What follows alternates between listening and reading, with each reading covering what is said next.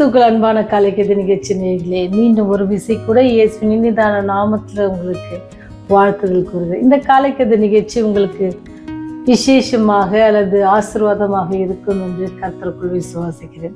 இன்னைக்கு வருகிற செய்தி என்ன அப்படின்னு பார்த்தீங்கன்னு சொன்னால், நாம் எப்படி தேவனோடு தனித்திருப்பது அப்படின்னு சொல்லி வருகிறது.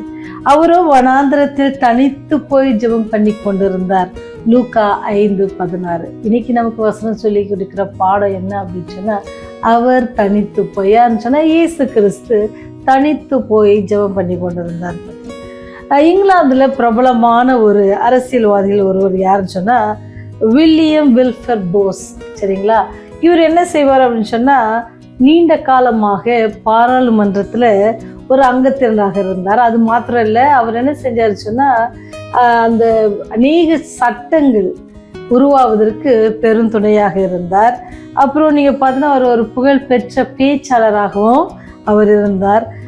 இவரில் மிகவும் பிரபலமானது என்ன அப்படின்னு சொன்னால், இங்கிலாந்து என்ன செஞ்சார் சொன்னால், அடிமை வணிபத்தை நிறுத்திவிட்டார். அதற்கான பெரிய முயற்சிகளை எடுத்து அதற்கான சட்டங்களை இயற்றி காரியங்களை செய்த ஒரு நபர் இவர்.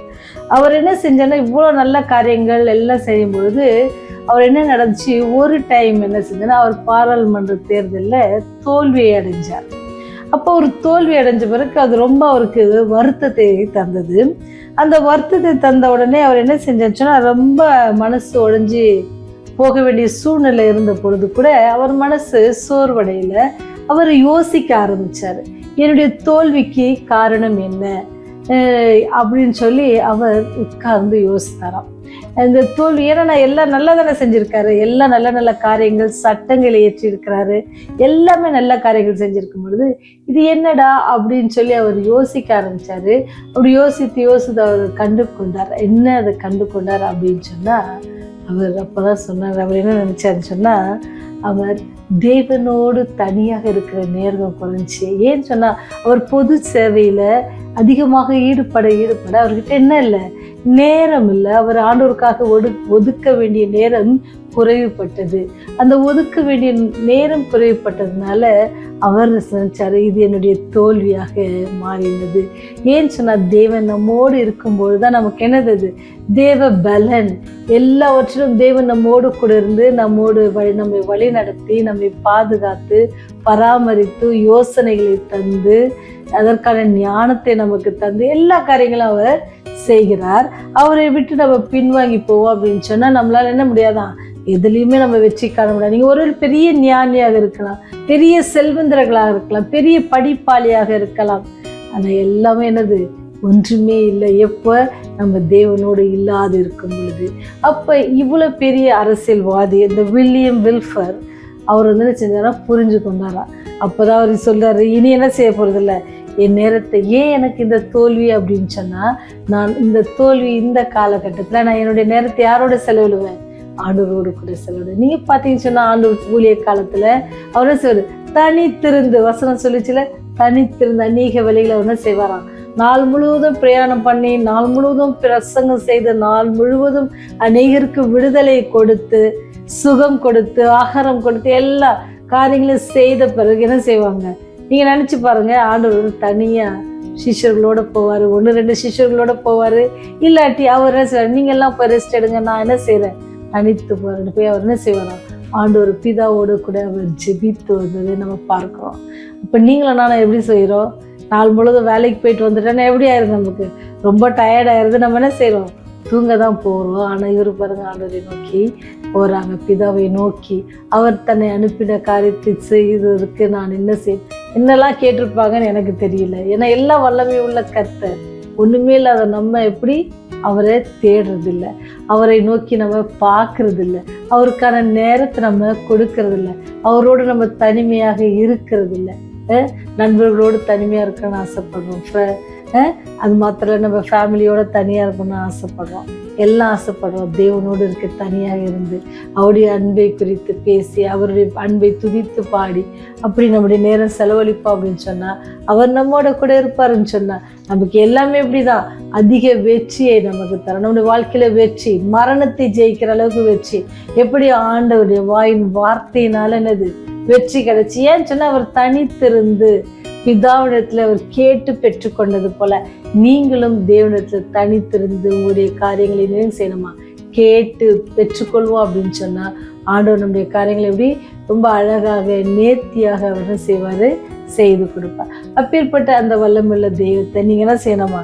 எப்பொழுதும் மனசுல வச்சுட்டே இருக்கணும். நம்முடைய ஆத்மா நலிவடைந்து தோய்ந்து போகிறது எப்ப? தேவனை விட்டு பிரியும் பொழுது. தேவனை விட்டு நம்ம பிரியும் பொழுது தோல்வி நம்மை ஆட்கொள்ளும். அப்படி நேர ஆர்வத்தில் நீங்க செலவிடலை அப்படின்னு சொன்னா நம்ம என்ன செய்ய மாட்டோம்? நம்முடைய ஆசீர்வாதம், தேவன் நமக்கு பாராட்டின காரியங்களை நம்ம நினைச்சு பார்க்க மாட்டோம். அப்படி நம்ம தொய்ந்து போகிற பொழுது என்ன செய்யுது? இயேசு கிறிஸ்து தேவகுமாராக இருக்கும் அதிகமான நேரம் எடுத்து நம்முடைய தேவனோடு ஜெபித்ததன் மூலம் சம்பாஷித்து பேசினார். அதனால தேவன் தனியான நேரத்தை என்ன செஞ்சாரு? ஆண்டவரோட செலவழிச்சார். அவர் தேவ பலனை பெற்றுக்கொண்டு அவருடைய ஊழியர் பணி என்ன செஞ்சார்? ரொம்ப அழகா செஞ்சார்.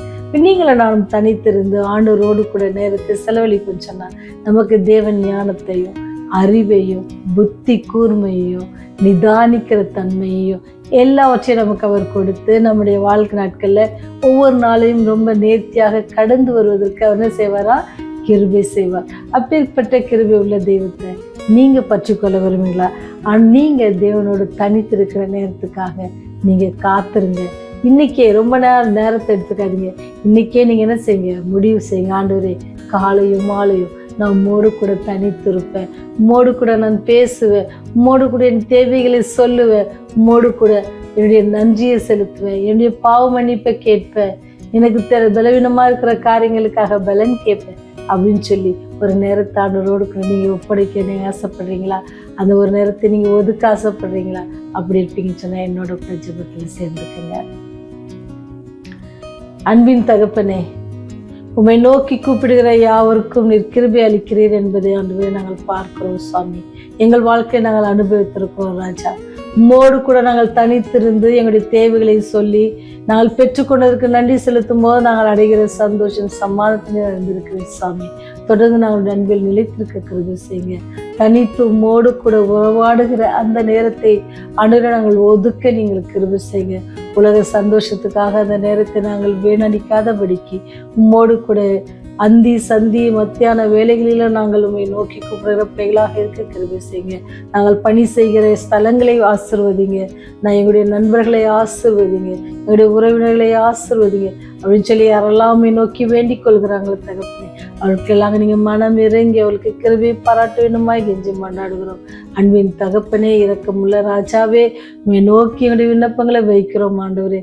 தொடர்ந்து வியாதியோடு கண்ணீரோடு கவலையோடு கஷ்டத்தோடு இருக்கிற பிள்ளைகளுடைய கரத்துல ஒப்பு கொடுக்குறோம். குடும்பத்துல நிம்மதி இல்லை, குடும்பத்துல பிரச்சனை தீரவே மாட்டேங்குது, ஒரு காரியம் போனா இன்னொரு காரியம் வந்து கொண்டிருக்குன்னு சொல்லி மனபாரத்தோடு இருக்கிற பிள்ளைகளுக்காக ஜெபிக்கிறோம் ஆண்டவரே. அவருடைய தேவைகள் எல்லாம் சந்தித்து சந்தோஷம் சமாதானத்தை கட்டளை. பிள்ளையுடைய திருமணத்திற்காக காத்திருக்கிற பெற்றோர்களுக்காக ஜெபிக்கிறோம். ஏற்ற துணைகளை பெற்றோர்களுக்கு காண்பித்து நல்ல திருமணங்களை நீங்க ஆயத்தப்படுத்த வேண்டுமா கெஞ்சி மன்னாடுகிறோம். தொடர்ந்து நேரத்திற்கு கிருபை செய்யுங்க, பாதுகாத்து கொள்ளுங்க, பாவங்களை மன்னித்தள்ளுங்க. உங்களுடைய ராஜ்யம் வரும்போது நினைத்தள்ள வேண்டுமா இயேசுவின் வழியாய் ஜெபிக்கிறோம் ஜீவனுள்ள நல்ல தகப்பனே, ஆமென்.